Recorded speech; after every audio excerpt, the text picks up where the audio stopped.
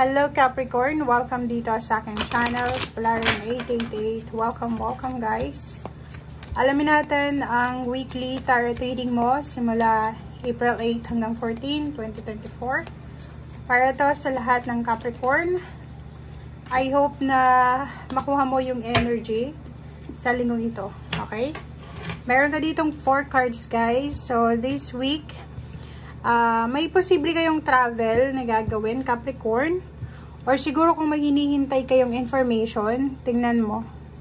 Kasi parang magkarugtong lang siya dito sa wisdom ng horse, diba? So, if ever man na may hinihintay ka, information, confirmation, message, answers, solution, this week daw ay parating na ito. Okay? Nakikita ko siya dito, Capricorn, na siguro may mga iba sa inyo, iba lang ha, hindi naman sa lahat ito makaka-resonate. Pwedeng may iba sa inyo dito na medyo hindi na kayo masaya sa kung ano man na ginagawa nyo sa ngayon. Mapatrabaho man ito or mapa-relationship, especially relationship. Kasi parang sa relationship is medyo restricted na kayo. Siguro in a relationship ka sa siloso, silosa, or marami kang expectation, pero kahit isa doon sa ini-expect mo, walang nangyayari. Okay? If ever man na trabaho ito, pwedeng may kontrata ka na 2 years, 3 years, or pwedeng hirap ka na tapusin ng kontrata or hirap ka na buuin etong commitment na to or kontratang ito. Okay? Meron din ditong persecution. So, this week, mag-iingat ka. Kasi, posibleng mapagbibintangan ka, Capricorn. Siguro, mapagbibintangan ka na ikaw yung nagpakalat ng balita. Or pwede ikaw yung mapagbibintangan na ikaw yung nagpasimuno ng gulo or kano pa man. So, medyo may inis ka, medyo madidisappoint ka din, medyo mawawalan ka ng gana sa linggong ito, lalo na doon sa mga taong pinipersecute ka or inaakusahan ka. Okay.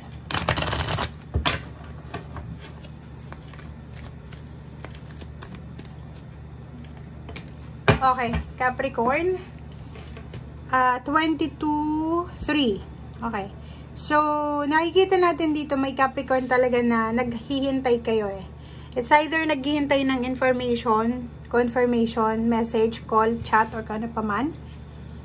And, sinasabi ng baraha sa'yo dito na if ever na may hinihintay ka, kailangan mo ng sobra-sobrang pasensya sa linggong ito. May iba sa inyo dito na may solar plexus chakra na upright. Ibig sabihin, manatili pa rin tayong positibo kahit na, for example, pinipersecute ka, binagbibintangan ka, nilalait ka, or kung ano pa man. Dito sa barahang to, sinasabi na huwag kang mawala ng pag-asa, huwag kang mag-alala. Manatili ka doon sa liwanag mo. Manatili ka doon sa peace of mind mo. Okay? Mental conflict, sinasabi ng baraha, yun yung kailangan mong iwasan sa linggong ito. Kasi,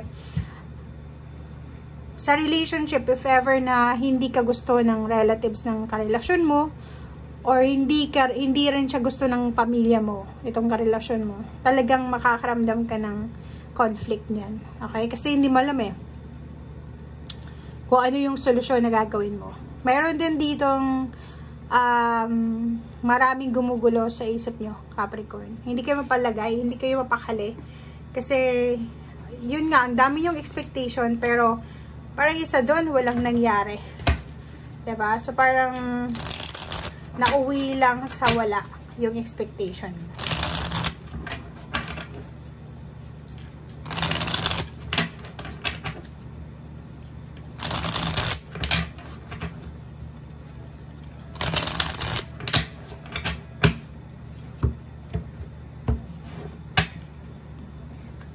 Okay, Knight of Swords, information.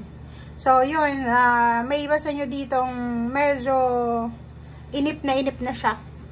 Sobrang naiinip na siya sa kung ano man itong hinihintay niya.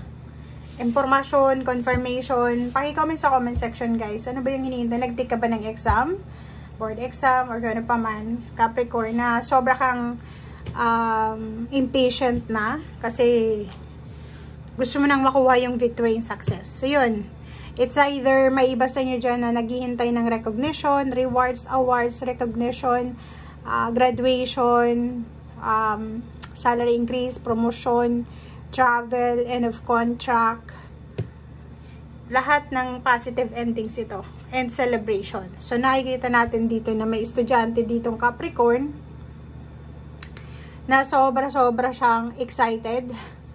Or siguro sa sobrang excitement niya, hindi na siya mapakali, hindi na siya makatulog sa paghihintay.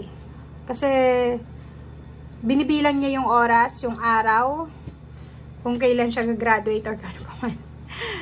Six of Cups, may iba ditong Capricorn na kung ikaw ay OFW, nakatira sa ibang bansa, nakatira sa ibang lugar, posibleng uuwi ka sa Pilipinas, uuwi ka doon sa probinsya nyo dahil may anak ka na gagraduate, or pwedeng may kailangan kang i-celebrate na celebration, or kung ano man siya. Okay. Meron ditong Capricorn na sobrang gustong-gusto niya na bumalik sa kung saan siya galing. Gustong-gusto niya bumalik sa kung saan siya nagtrabaho, sa kung saan siya nakatira, sa pamilya niya. Ilang beses, ilang taon na siyang ganon, yung tinatry niya, pero palaging hindi natutuloy. But this 2024, pwedeng simula June, July, August, September, October, November, December, posibleng yung mga nakahanghang mong plano regarding family events or family life ay posibleng matuloy na, diba? So, Page of Swords, mayroon kang good news na posibleng makukuha, lalo na sa usaping pera, na pwedeng makatulong sa'yo sa kung ano man ito na mga nahang na plano mo.